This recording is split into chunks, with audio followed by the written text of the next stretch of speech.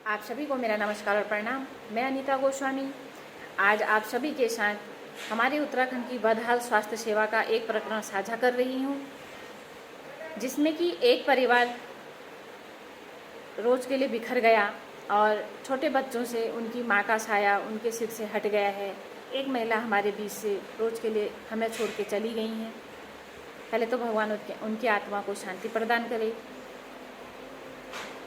मगर हम लोग कहाँ रह रहे हैं, किस जगह रह रहे हैं? हमारा पहाड़, हमारा उत्तराखंड इतना सब कुछ अच्छा होने के बाद भी हमारे यहाँ पर स्वास्थ्य सेवाएं इतनी बेकार हैं कि आए दिन ये चीज़ें हमको देखने को मिल रही हैं। हम इन चीज़ों को फेस कर रहे हैं, इन चीज़ों का सामना कर रहे हैं और संघर्ष कर रहे हैं। मगर इस ओर कभी किसी नेता का ध्यान नहीं जाता, कभी कोई सरकार इस ओर काम नहीं करती है कि उत्तराखंड के जो लोकल के लोग हैं, चाहे वो सर्विसमैन हो या चाहे वो कोई किसान हो या व्यवसायी हो, सभी इस चीज़ को फेस करते हैं। वैसे उस फैमिली के साथ भी हुआ।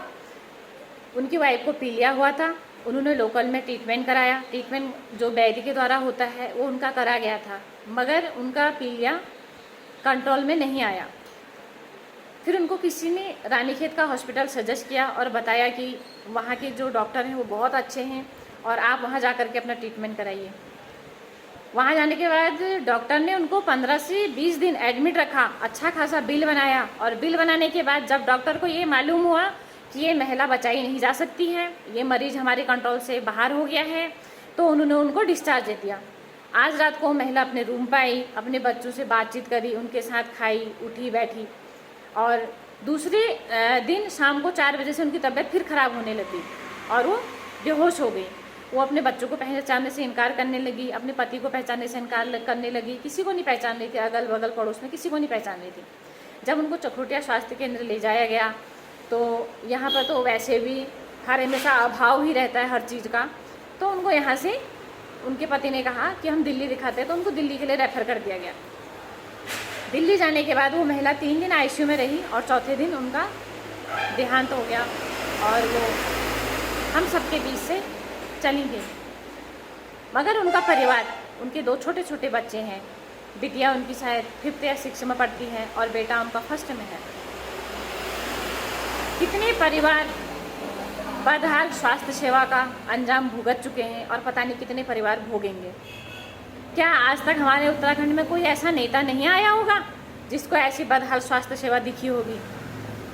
वो बहरे थोड़ी ना है, वो अंधे भी नहीं है, वो देखते हैं, सुनते हैं, समझते हैं, सब कुछ करते हैं, मगर उस ओर काम नहीं करते हैं। कौन लेगा ऐसे परिवारों की जिम्मेदारी? कौन उन बच्चों की जिम्मेदारी लेगा? कौन करेगा उनकी देखभाल? कौन करेगा उनकी परवरिश? कौन करेगा? बच्चों के सिर से माँ का साया चले जाने का मतलब होता है उन बच्चों का करियर ख़त्म हो जाता है। उन बच्चों के लिए संघर्ष समाज में बहुत बड़ा होता है। इतने छोटे छोटे बच्चे हैं, कौन करेगा?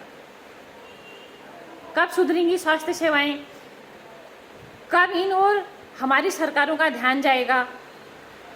जब तक स्वास्थ्य सेवाएं ठीक नहीं होंगी तब तक उत्तराखंड से पलायन कभी नहीं रोका जा सकता, क्योंकि हर कोई जीना चाहता है, हर कोई यहाँ पे सुरक्षित रहना चाहता है। अगर किसी को स्वास्थ्य सेवा ढंग की नहीं मिलेगी तो पलायन 100% होगा ही होगा।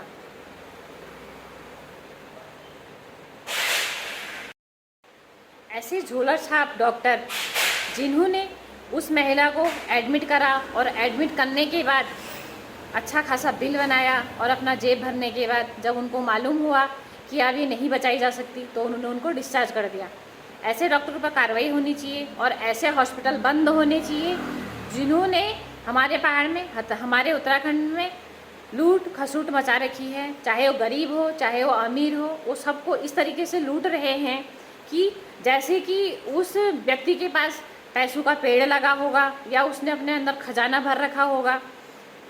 शर्म आनी चाहिए ऐसे डॉक्टरों को जो एक जीते जागते इंसान को लाश बना करके भेज देते हैं।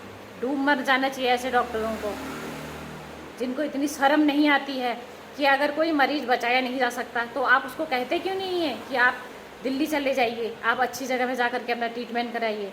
मगर वो लोग अपना घर भरते हैं, अपनी पीढ़ियों के लिए इकट्ठा करते हैं और उनको ये नहीं होता है कि एक व्यक्ति के जाने के बाद उसके घर का हाल क्या होता है, उसका घर किस तरीके से टूटता है, किस तरीके से बिखरता है। उन्होंने सिर्फ मरीज को अपना परीक्षण केंद्र समझ रखा है और उस पर परीक्षण करते हैं और करते रहेंगे। जब तक करेंगे, जब तक उन पर ठोस कार्रवाई नहीं होगी, तब तक अपनी जेब भरेंगे, जब तक उनके हॉस्पिटलों पर कार्रवाई नहीं होती है। और ऐसे डॉक्टरों पर कार्रवाई होना बहुत ज़रूरी है, ताकि वो आइंदा से किसी फैमिली के साथ या किसी व्यक्ति के साथ इस तरीके की हरकतें ना करें।